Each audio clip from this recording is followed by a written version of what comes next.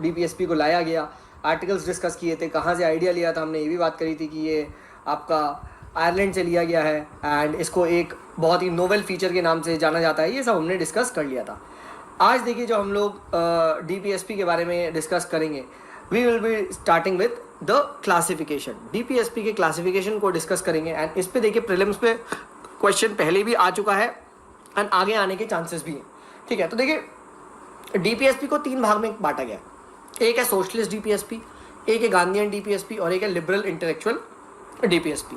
अब अगर मैं सोशलिस्ट डीपीएसपी के बारे में बात करूँ तो सोशलिस्ट डीपीएसपी सिंपली आपकी जो सोशलिज्म की आइडियोलॉजी है, ठीक है, वेलफेयर स्टेट, आपके इन सब की बातें करता है, ठीक है, कम्युनिटी ओनरशिप, एंड इसका मेन एम है कि सोशियो इकोनॉमिक जस्टिस प्रोवाइड कराया जाए, ठीक है। अब क्या है सोशलिस्ट प्रिंसिपल, तो ये पूछे जाते हैं, जैसे to promote the welfare of the people by securing a social order which is very much just in terms of socio economic political, यानी एक जस्ट सोशल ऑर्डर की बात करता है, हाँ है ना, इनइक्वालिटीज़ को कम करने की बात करता है, इनकम, स्टेटस, फैसिलिटीज़, अपॉर्चुनिटीज़, इन सब में इनइक्वालिटीज़ को कम किया जाए। सो आप कह सकते हो आर्टिकल नंबर 38। अब देखो यहाँ पे गेम है, ये आर्टिकल्स को देखिए आपको वैसे भी याद रखना है, क्योंकि जब आप मेंस का आंसर लिखें, अब सपोज करिए मेंस में आंसर लिखना है कि इनइक्वालिटीज़ बढ़ रही है, ठीक है, तो आप यहाँ पे कोट कर सकते हैं कि डीपीएसपी, ठीक है, article number 38 mentions that the state should work in order to reduce the inequalities, right? It directs the state to promote the welfare of the people. तो आर्टिकल 38 को आप यहाँ पे कोट कर सकते हैं, ठीक है, सो दैट पीपल के एक सोशल एक ऐसा ऑर्डर हम प्रमोट करें जहाँ पे इनइक्वालिटीज़ कम हो, ठीक है, सबको अपॉर्चुनिटीज़ मिल रही हो, इस टाइप की आप बात कर सकते हैं। देन आपका 39 यहाँ पे देखिए, 39 बात करता है to secure adequate means of livelihood for all, right? Equitable distribution of material resources for the community। देखिए ये बहुत इंपॉर्टेंट है, क्योंकि 39 B एंड C ये ऊपर है आर्टिकल 14 एंड 19 से, याद है हमने कल डिस्कस किया था। तो देखिए 39 B क्या कह रहा है, जस्ट रीड विथ मी, तो आपको यहाँ पे क्लियर हो जाएगा कि क्यों सर इसको ऊपर रखा गया है। 39 बी कहता है the equitable distribution of material resources of the community for the common good, यानी जो भी मटीरियल रिसोर्सेज है उसको इक्विटेबली डिस्ट्रीब्यूट करे, एक के हाथ में कंसंट्रेशन ना हो, हाँ है ना। और सी देखिए prevention of concentration of wealth and means of production, क्योंकि अंग्रेजों के ज़माने में क्या होता था, कुछ लोग बहुत ज़्यादा अमीर होते गए, उन्हीं के पास ही सारा कुछ रिसोर्सेज चला गया, तो ये ना हो, यानी स्टेट को ऐसे करना है कि भाई इनइक्वालिटी को कम करना है, ठीक है, मटेरियल रिसोर्सेज को ऐसे डिस्ट्रीब्यूट करें कि भाई कॉमन गुड हो सके, ठीक है, सबके पास इक्विटेबल आए, जो इसको ज़्यादा ज़रूरत है उसको ज़्यादा दे, जिसको कम ज़रूरत है उसको कम दे। याद रखिए इक्विटेबल है, इक्विटी वाइज, नॉट इक्वल। कुछ बच्चे कंफ्यूज हो जाते हैं, इक्विटेबल एंड इक्वल, मैंने पहले बता चुका हूँ क्या डिफरेंस होता है दोनों में, ठीक है। Plus concentration of wealth and means of production, ठीक है, इसको रोकना, ठीक है, इसको रोकना। उसके बाद आता है कि प्रिवेंशन ऑफ यू कैन से equal pay for equal work for man and women, इसकी बात करता है। Preservation of health and strength of the workers and children against the forcible abuse, ठीक है, opportunity for healthy development of children. तो ये सब आपको यहाँ आर्टिकल नंबर 39 में मिलता है, ठीक है। उसके बाद आता है अगर हम लोग और डिस्कस करें, ठीक है, ये इंपॉर्टेंट है ये सभी, ठीक है, ये सबको आप यहाँ पे देख सकते हैं। आर्टिकल नंबर 39A आता है to promote equal justice and to provide free legal aid to poor, right. उसके बाद 41 आर्टिकल आता है to secure right to work, right, right to work, right to education and to public assistance in case of unemployment, old age, sickness, ठीक है, तो welfare of the you can say aged, ठीक है, अगर आप unemployed है तो आपके लिए वेलफेयर किया जाए, ठीक है। उसके बाद next talk about the just and humane condition of work हो, ठीक है, जहाँ भी काम करें वहाँ पे ह्यूमेन कंडीशन हो, मैटरनिटी को रिलीफ मिले, ठीक है, मैटरनिटी रिलीफ मिले, ठीक है, एक लिविंग वेज मिले, ऐसा भी नहीं है कि भाई वेज आपको मिल तो रही है बट इतनी कम है कि भाई आप एक डिसेंट स्टैंडर्ड ऑफ लाइफ ही नहीं जी पा रहे। So all this should be taking care of the मतलब जब भी स्टेट लॉज बनाए तो इन सब का स्पेशली ध्यान करें, ठीक है, इंश्योर करें दैट जो वर्कर्स हैं they are into the you can say participation of the workers in the management of industries, right। कोई भी इंडस्ट्री अगर आए तो इंश्योर करे कि वहाँ वर्कर्स उसके मैनेजमेंट में है, ठीक है। उसके बाद try to raise the level of nutrition and standard of living, ठीक है, of the people and improve public health, तो आर्टिकल 47 है। तो कभी भी अगर कुछ लिखना हो, सपोज करो न्यूट्रिशन वगैरह पे लिखना है, ठीक है, तो always you can coat article number 47 कि 47 डायरेक्ट करता है स्टेट को कि भाई the state should raise the level of nutrition, right? Standard of living of the people, improve the public health, and in this context the government should do something, right? Then socialist DPSP के बाद आता है आपका Gandhian DPSP, ठीक है। अब Gandhian DPSP आप कह सकते हो गांधी जी के प्रिंसिपल्स पे बेस्ड है, गांधी जी की आइडियोलॉजी पे बेस्ड है, ठीक है। They basically talk about the programme of reconstruction which was you can say promoted by Gandhi ji during the national movement. जैसे गांधी जी का ड्रीम था कि भाई विलेज पंचायत को ऑर्गेनाइज कराया जाए, राइट, उनको बहुत ज़्यादा पावर दिया जाए, तो आर्टिकल 40 में आप बात कर सकते हैं, ठीक है। कॉटेज इंडस्ट्री को प्रमोट किया जाए आर्टिकल 43 में, ठीक है। Promote voluntary formation of the cooperative society, उनका डेमोक्रेटिक कंट्रोल हो, तो 43 भी बात करता है, राइट। उसके बाद SC ST के weaker and other weaker sections जो है इनके इकोनॉमिक एंड एजुकेशनल इंटरेस्ट को प्रमोट करना, राइट, तो ये आपका आर्टिकल नंबर 46 के अंदर आता है, ठीक है।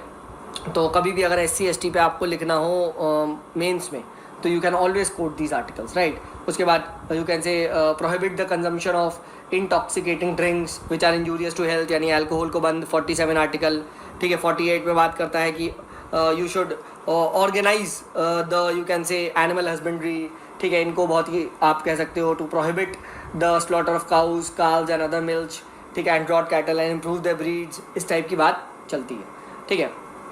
Then comes the liberal intellectual principles. अब ये these are basically based on the ideology of liberalism, ठीक है। यानी आप कह सकते हो इक्वालिटी की बात करेंगे, ठीक है, फ्री ट्रेड, इस टाइप की बात करेंगे, राइट, ठीक है। तो यहाँ पे अगर आप देखो, so secure all citizens a uniform civil code, ठीक है। यूनिफॉर्म सिविल कोड आपका आर्टिकल 44 है, प्रीलिम में एक बार पूछा जा चुका है, ठीक है। उसके बाद to provide early childhood care and education for all children until they complete the age of 6 years. तो याद रखो 6 to 14 तो हमारे देश में फंडामेंटल राइट है, बट 0 से 6 क्या है? 0 से 6 में एजुकेशन का प्रोविजन स्टेट को करना इज अ डीपीएसपी। तो कंपलसरी क्या है? डीपीएसपी या फंडामेंटल राइट? Fundamental right.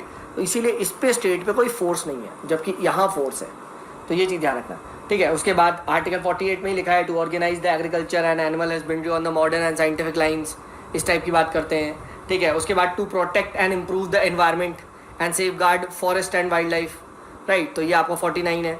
तो कल को अगर आए कि इन्वायरमेंट को प्रोटेक्ट करना चाहिए, वाइल्ड लाइफ को सेफ गार्ड करना चाहिए, वाइल्ड लाइफ को प्रोटेक्ट करना चाहिए, so that is a DPSP under 49, ठीक है। तो 47 आपका आता है प्रोहिबिट द अल्कोहल, ठीक है। 48 आता है आपका organise the modern you can say the agriculture on modern scientific lines, ठीक है। Prohibit the slaughter of cows and other milk animals. 49 आता है आपका इन्वायरमेंट एक्सेट्रा को प्रोटेक्ट करना, राइट। एंड उसके बाद 50 आता है state separation, in the sense separation of power जो होता है कि या judiciary should be separated from executive, ठीक है, and executive should be separated from legislature. तो सेपरेशन ऑफ पावर की बात करता है। स्टेट को पूरी कोशिश करनी चाहिए कि जुडिशरी को अलग रखे, जुडिशरी में इस टाइप की कोई एग्जीक्यूटिव दखलंदाजी ना करे, ठीक है। And 51 is promotion of international peace and security, right. कोई भी इंटरनेशनल डिस्प्यूट वगैरह हो तो सीधे आप वॉर ना करें, पहले try to mediate through the arbitration methods, इस टाइप की बात की जाती है आपके डीपीएसपी में आर्टिकल नंबर 51 के अंदर, ठीक है। तो आई होप दिस इज 48 जो आर्टिकल है, एक इसमें एक चीज़ जानेंगे, 48A जो है ये है to improve the environment and forest and safeguard forest and wildlife. 49 जो है that is to protect the monuments, places and objects of artistic और हिस्टोरिक इंटरेस्ट, ठीक है, ये ध्यान रखिए। टाइप अभी देखिए क्वेश्चन आता है to protect monuments, places of objects of artistic और national historic interest is what a fundamental right और डीपीएसपी और फंडामेंटल ड्यूटी।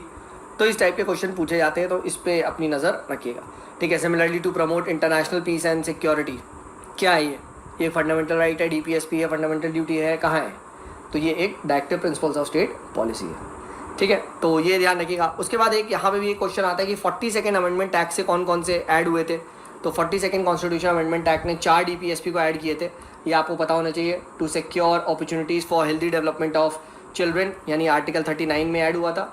उसके बाद promote free equal justice and promote free legal aid to the poor, ये 39A से आया था। To take steps to secure the participation of workers in the management of industries, ये 43A से आया था। And 48A to protect and improve the you can say environment and safe guard the forest and wild life. तो ये 4 थे, ठीक है, ये चीज़ ध्यान रखिएगा। एंड 44 से कौन सा आया था? 44 से आपका आता है आपका the state to minimise the inequalities in the income status facilities opportunities, यानी 38, ठीक है। तो ये भी पूछा आ चुका है कि 42nd से कौन सा ऐड हुआ था, राइट, तो ये ध्यान रखिएगा, ठीक है। 42nd से ये जो मिनिमाइज इनइक्वालिटीज़ है ये आपका 44 से ऐड हुआ है, ना कि 42nd से, ठीक है। तो ये हम लोगों ने यहाँ डिस्कस कर लिया। उसके बाद 86 कॉन्स्टिट्यूशनल अमेंडमेंट भी आपको पता होना चाहिए, इसने भी एक DPSP ऐड किया था, ठीक है। That it requires the state to provide early childhood care and education for all until they complete the age of 6 years. तो मैंने आपको बताया था ना, ठीक है। तो 0 से 6 आर्टिकल 45, ठीक है। तो ये ध्यान रखिएगा कौन से ऐड हुआ था। सिमिलरली 97 कॉन्स्टिट्यूशनल अमेंडमेंट एक्ट से एक ऐड हुआ था कि it requires the state to promote voluntary formation and autonomous functioning of what you can say cooperative societies, to promote cooperative societies के लिए, ठीक है। तो ये ध्यान रखिएगा, इस टाइप से पूछा जाता है, ठीक है। उसके बाद देखिए यहाँ पे अब जो क्वेश्चन आता है, ठीक है, दैट ये तो हमने डिस्कस कर लिया 97 कॉन्स्टिट्यूशनल अमेंडमेंट एक्ट से, ठीक है।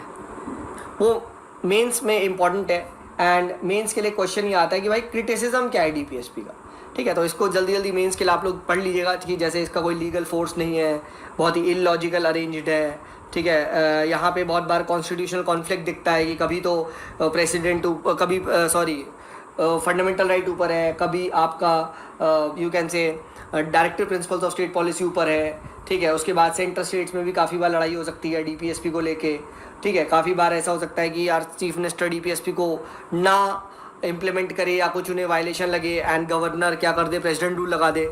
तो इस टाइप से काफ़ी बार कन्फ्लिक्ट देखा जा सकता है, ठीक है, ये बोली गई है, ठीक है। उसके बाद काफ़ी ज़्यादा, बहुत ज़्यादा आप ये कह सकते हो कि वेग भी है, ठीक है, इलॉजिकली अरेंज्ड है, कहीं भी रैंडमली कुछ भी कर दिया है, ठीक है, एक प्रॉपर तरीके से नहीं किया गया हुआ है, ठीक है। एंड इसीलिए कुछ कॉन्स्टिट्यूशनल एक्सपर्ट्स बोलते हैं that the directives are neither properly classified nor logically arranged, ठीक है। तो ये ध्यान रखें। खैर ये सब मेंस के लिए इंपॉर्टेंट है।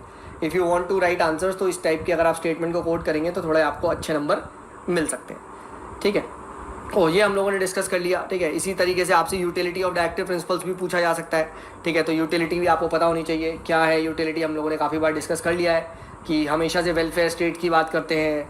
And yes they have also you can say helped the courts को भी इन्होंने मदद करी है to examine that whatever law is correct और not, in the sense it has helped the courts in exercise the power of judicial review, ठीक है। Judicial review की पावर के लिए यहाँ पे बताया है। सो ये कोर्ट्स को भी हेल्प करता है आपका जुडिशियल रिव्यू की पावर को एक्सरसाइज करने के लिए, ठीक है। Constitutional validity of a law कभी भी चेक करना है, so courts have use them as well, ठीक है। तो ये हम लोगों ने बात करा आपका क्रिटिसिज्म के बारे में एंड आपका जो एडवांटेजेस ऑफ द DPSP। अब थोड़ा सा इस पे देखिए क्वेश्चन फंसता है कि conflict between directive principles and fundamental right के बीच में हमेशा से कन्फ्लिक्ट रहा है। तो यहाँ पे 3-4 केसेस है जिसका नाम आपको पता होना चाहिए। जैसे पहला आता है चंपक राय दोराय राजम केस, ये था 1951 में। इसमें Supreme Court ruled that in case of any conflict between fundamental rights and the DPSP, fundamental right would prevail, right, and DPSP are below fundamental right. Also Supreme Court held that fundamental rights could be amended by the parliament by enacting constitutional amendment act, right, इस type की बात करी गई थी, ठीक है। But then came the Golaknath case. Golaknath case में उल्टा हो गया, ठीक है। अब जब एक्चुअली में क्या था ना, पहले नेहरू जी का दबदबा था, ठीक है। जब बिफोर नेहरू ये जब केस आया था तो नेहरू जी का दबदबा था, तो कहीं ना कहीं सुप्रीम कोर्ट वगैरह क्या थी, कोर्ट्स यूज टू कहीं ना कहीं एग्जीक्यूटिव के सामने कम थे। बट जब क्या हुआ, नेहरू जी उतने हाई पावर हाई स्टेटस के आपका पर्सनालिटी थे, but after Nehru ji is death क्या हुआ, थोड़ा सा एग्जर्ट कोर्ट ने करना स्टार्ट कर दिया। एंड यहाँ पे कुछ कोर्ट ने क्या बोला, नहीं, fundamental rights are sacrosanct, they cannot be you can say abridge और टेकन अवे, ठीक है। Fundamental rights cannot be amended, even fundamental rights cannot be amended for the sake of DPSP, ठीक है। ये इन्होंने बोल दिया, ठीक है, पुराने जजमेंट को रिवर्स कर दिया। अब जैसे ही ऐसा ये हुआ, क्योंकि DPSP तो इम्प्लीमेंट करने थे, तो पार्लियामेंट ने क्या करा, पार्लियामेंट ने 24th constitutional amendment act, 25th constitutional amendment act, ये सारे एक्ट ले आए, ठीक है। एंड इसमें साफ बात ये बोली गई that the parliament has the power to abridge और take away the fundamental rights by enacting constitution amendments. ठीक है, गोलकनाथ केस के बाद एक पार्लियामेंट ने सीए कर दिया, कॉन्स्टिट्यूशन अमेंडमेंट एक्ट कर दिया। Then came the famous Kesavananda Bharati case, जिसमें ये बात तो बोली गई ठीक है, you are allowed to take away और amend any of the fundamental rights you want, but basic structure कभी भी वायलेट नहीं होना चाहिए। And that is what led to the doctrine of the basic structure. ठीक है। एंड उसके बाद आया मिनर्वा मिल केस, जिसमें ये बोला कि फंडामेंटल राइट्स एंड डीपीएसपी दोनों ही इंपॉर्टेंट बेडरॉक है। The constitution is found on the bedrock of the fundamental rights and DPSP. ठीक है, बैलेंस बना के यहाँ पे चलने की ज़रूरत है। ठीक है, तो ये चीज़ ध्यान रखिएगा। सो आई होप आपको ये 4 केसेस का पता होगा। ठीक है, चंपक गोला केशव मोला, मैं ऐसे याद रखता हूँ। चंपक राम में क्या बोला? चंपक राम में ये बोला गया, याद रखो, नेहरू जी थे तो नेहरू जी वांट कि भाई डीपीएसपी इंप्लीमेंट हो, फंडामेंटल राइट थोड़े वीक हो, तो क्या है डीपीएसपी इंप्लीमेंट करने के लिए फंडामेंटल राइट्स को हम अमेंड कर सकते हैं। गोलकनाथ में बोला नहीं, fundamental rights can not be amended. Keshav Nanda में बोला नहीं, fundamental rights can be amended but basic structure change नहीं होना चाहिए। मिनर्वा मिल्स में बोला क्या कि भाई बैलेंस यहाँ पे बना के रखना चाहिए। Fundamental rights can be amendment but at the same times balance बना के हमें रखना है। सुप्रीम कोर्ट क्लियरली सेड कि ये दोनों चैरियट के 2 व्हील्स हैं। ऐसा नहीं हो सकता एक आगे जा रहा है एक पहले जा रहा है। ठीक है, they are like the 2 wheels of the chariot, no one is less than the other. ठीक है, to give absolute primacy to one over the other is to disturb the harmony of the constitution.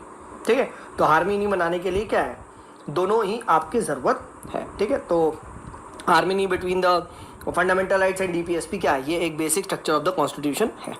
फिर देखिए question ये भी आता है कि fundamental rights and DPSP में अंतर क्या है, डिफरेंस क्या है।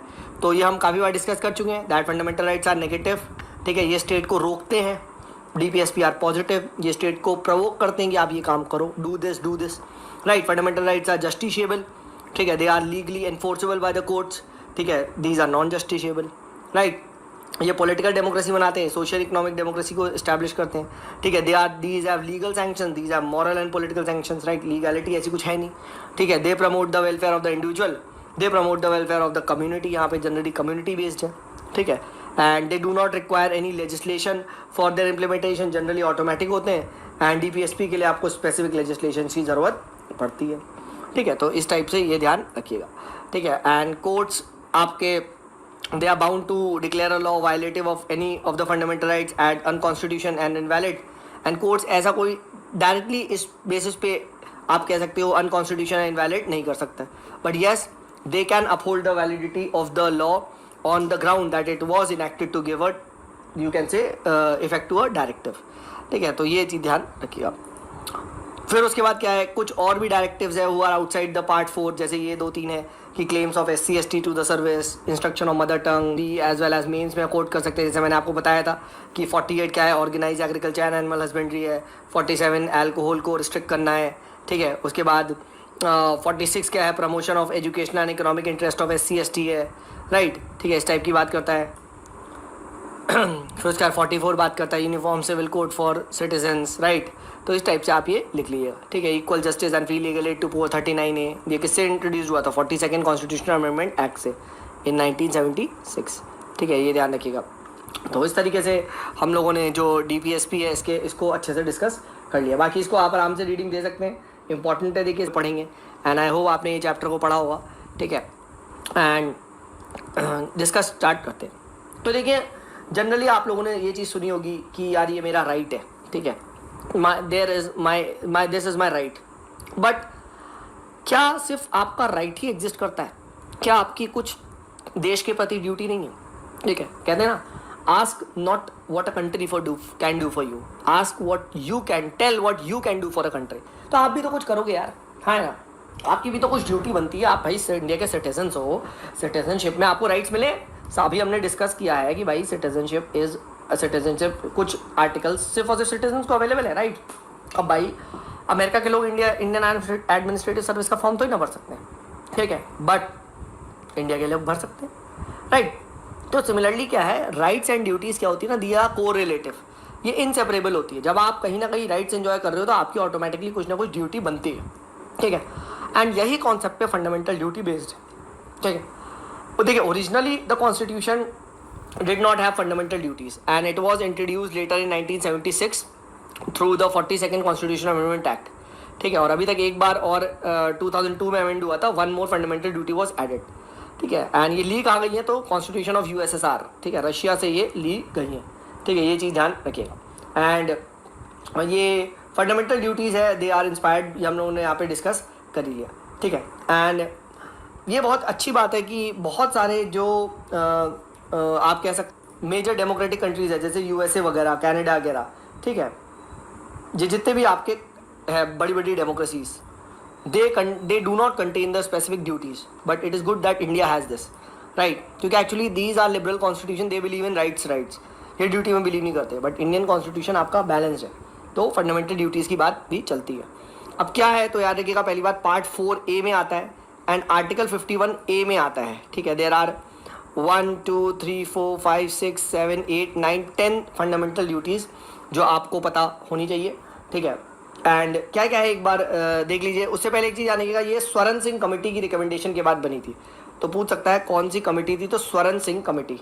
ठीक है, इसकी क्या क्या है पता होना चाहिए, जैसे to abide by the constitution, ठीक है, रिस्पेक्ट इट्स आइडियल्स, ठीक है, to defend the country in and render national service, to uphold the and protect the sovereignty, unity, integrity of India, ये सब हमारे पास हम लोगों से एक्सपेक्टेड है। ठीक है, to value and preserve the rich heritage of the country. ठीक है, to protect and improve natural environment. अब देखो, to protect and improve environment भी था, बट वो कहाँ था, वो था DPSP, बट नेचुरल इन्वायरमेंट कहाँ है, ये है फंडामेंटल ड्यूटी। यही क्वेश्चन है, वो ऐसे ही पूछेगा, to improve and the natural environment, right, including forest, lakes, wildlife वगैरह। तुम तो बोलोगे अरे सर ये तो DPSP था, मेरे भाई नेचुरल इन्वायरमेंट फंडामेंटल है, याद रखना। तो नेचुरल ड्यूटी ऐसे याद रखना। ठीक है, to develop scientific temper, humanism, spirit of inquiry, reform. ठीक है, safeguard public property, public में तोड़फोड़ नहीं करनी चाहिए। ठीक है, ये सब क्या है, ये सब फंडामेंटल ड्यूटी का पार्ट है। सिमिलरली 86 कॉन्स्टिट्यूशनल अमेंडमेंट एक्ट 2002 से एक और ऐड हुई थी, राइट, कौन सी, कि भाई हर कोई जो पेरेंट है, what will it do, it will provide sufficient opportunities for child from the age of 6 to 14 to go to school, right, ये ध्यान रखिएगा। उसके बाद देखिए कुछ फीचर्स ऑफ फंडामेंटल ड्यूटीज़ को यहाँ पे भी डिस्कस कर लेते हैं। जैसे कुछ fundamental duties, these are moral duties, right, while other are civic duties. ठीक है, उसके बाद यू कैन से सम फंडामेंटल, एक चीज़ यहाँ पे इंपॉर्टेंट है कि क्या फंडामेंटल ड्यूटीज़ फॉरेनर्स को भी है, नहीं, only these are confined to citizens only and do not extend to foreigners. ठीक है, अच्छा, आर दीज जस्टिशेबल, जैसे फंडामेंटल राइट्स है, तो नहीं, like DPSP these are non justiciable है। ठीक है, ये जान रखिएगा, the constitution does not provide for their direct enforcement by the court. ठीक है, तो ये चीज़ यहाँ पे ध्यान रखिएगा। एंड ना ही कोई यहाँ पे लीगल ऐसा वो है प्रोविजन कि वायलेशन हो जाए तो कुछ हो जाएगा, but yes parliament in future क्या कर सकता है, सूटेबल लेजिस्लेशन बना सकता है टू एनफोर्स देम। ठीक है, तो ये यहाँ पे ध्यान रखना। इनफैक्ट बहुत सारे जो फंडामेंटल ड्यूटीज़ के लिए लेजिस्लेशन बनाए भी जा चुके हैं। ठीक है, सब कॉन्शियसली आप कह सकते हो फंडामेंटल ड्यूटीज़ हमारे यहाँ आप कह सकते हो मतलब इन्फोर्स हो रही है। कैसे, there is a act called as insults to national honour act. ठीक है, ये एक्ट है। ठीक है, और अगर आप डिसरिस्पेक्ट करते हो क्या बोलते हैं, डिसरिस्पेक्ट करते हो आप नेशनल फ्लैग को, नेशनल एंथम को, तो आप पे केस हो सकता है, right. Similarly protection of civil right act है। ठीक है, इसमें अगर आप वुमेन के अगेंस्ट बदतमीजी वगैरह करते हो तो आपको पनिश किया जा सकता है। इंडियन पीनल कोड है, बहुत सारे आप कह सकते हो नेशनल इंटीग्रेशन वगैरह या अगेंस्ट द नेशन आप कुछ काम करते हो तो आपको इंडियन पीनल कोड के अंडर पनिश किया जा सकता है। ठीक है, अनलॉफुल एक्टिविटीज़ प्रिवेंशन एक्ट है, रिप्रेजेंटेशन ऑफ पीपल एक्ट है, वाइल्ड लाइफ प्रोटेक्शन एक्ट है 1972 का। ठीक है, तो ये भी आपका करता है, फॉरेस्ट कंजर्वेशन एक्ट है। तो ये बहुत सारे एक्ट ऑलरेडी यहाँ पे बने हुए हैं। ठीक है, उसके बाद मेंस पर्सपेक्टिव से यही पूछा जा सकता है कि यार सिग्निफिकेंस क्या है फंडामेंटल ड्यूटीज़ का, तो वही है कि they are a reminder to the citizens that भाई you are enjoying the rights, you should also be conscious of your duties, show your love for the country. ठीक है, they are a kind of एक type की warning भी है कि भाई if you go for any anti social anti national activities, right, फिर yes they are a source of inspiration कि भाई सिटीजन्स को अपने नेशनल फ्रीडम स्ट्रगल से इंस्पायर होना चाहिए, कंट्री के लिए हमेशा मर मिटने को तैयार होना चाहिए, साइंटिफिक टेम्परामेंट डेवलप करना चाहिए, राइट। तो ये सब आप यहाँ पे कंक्लूड कर सकते हो, राइट। एंड उसके बाद क्रिटिसिज्म भी पूछा जाता है कभी कभी इसका कि भाई फंडामेंटल ड्यूटीज़ को क्या क्रिटिसाइज़ किया जाता है, ठीक है। तो देखिए सबसे बड़ी बात तो यही है कि यार फंडामेंटल ड्यूटीज़ बहुत एग्जॉस्टिव नहीं है, ये भी बहुत ज़्यादा वेग। अब यार सबसे बड़ी फंडामेंटल ड्यूटी होती है यार right to duty to vote. अब यहाँ कोई ड्यूटी टू वोट तो है नहीं, हाँ है ना। सिमिलरली पेइंग टैक्सेस, हाँ है ना। फैमिली प्लानिंग, ये सब भी तो फंडामेंटल ड्यूटी होनी चाहिए, ठीक है। बट ये सब तो आपने लिखी नहीं है, ठीक है। इनफैक्ट ड्यूटी टू पे टैक्सेस तो स्वर्ण सिंह कमेटी ने रिकमेंड भी किया था, ठीक है, बट नहीं लिया सरकार ने, ठीक है। कुछ ड्यूटीज़ बहुत वेग है, ठीक है, जैसे आप कह सकते हो साइंटिफिक टेम्परवर, ठीक है, नोबेल आइडियाज़। अब क्या नोबेल आइडियाज़ होते हैं, ठीक है, तो डिफरेंट के लिए ये चीज़ डिफरेंट हो सकता है, ठीक है। तो इस तरीके से आप बात कर सकते हो। एंड वही बात है, at the end of the day duty है यार, क्यों फॉलो करें सर, फालतू में क्यों फॉलो करें, राइट। तो ये भी एक यहाँ पे मुद्दा बड़ा उठता है, ठीक है। एंड बहुत ही सुपरफ्लुअस है ये फंडामेंटल ड्यूटी। तो ये सारे पॉइंट्स आप यहाँ पे लिख सकते हो, ठीक है। तो इसी के साथ हम लोगों ने जो फंडामेंटल ड्यूटी वाला चैप्टर है, ठीक है, उसको हम लोगों ने ख़त्म कर लिया। एक और कमेटी बनी थी 1999 में, उसका नाम याद रखिएगा, ठीक है, वर्मा कमेटी। तो पूछा जा सकता है स्वर्ण सिंह कमेटी, वर्मा कमेटी, ये किसके रिगार्डिंग है, ठीक है। तो कल को क्वेश्चन कैन कम, राइट, ठीक है। तो this is regarding what, this is regarding fundamental duties, ठीक है। तो ये हम लोगों ने क्या करा, ये हम लोगों ने यहाँ पे फंडामेंटल ड्यूटीज़ के बारे में डिस्कस कर लिया। सो अब क्या करने वाले हैं, देखिए, अब ये पर्टिकुलर वीडियो को यहीं पे अब हम रोकेंगे, क्लास को रोकेंगे। अब tomorrow in the next class, ठीक है, एक आपका 20 क्वेश्चंस का, ठीक है, 20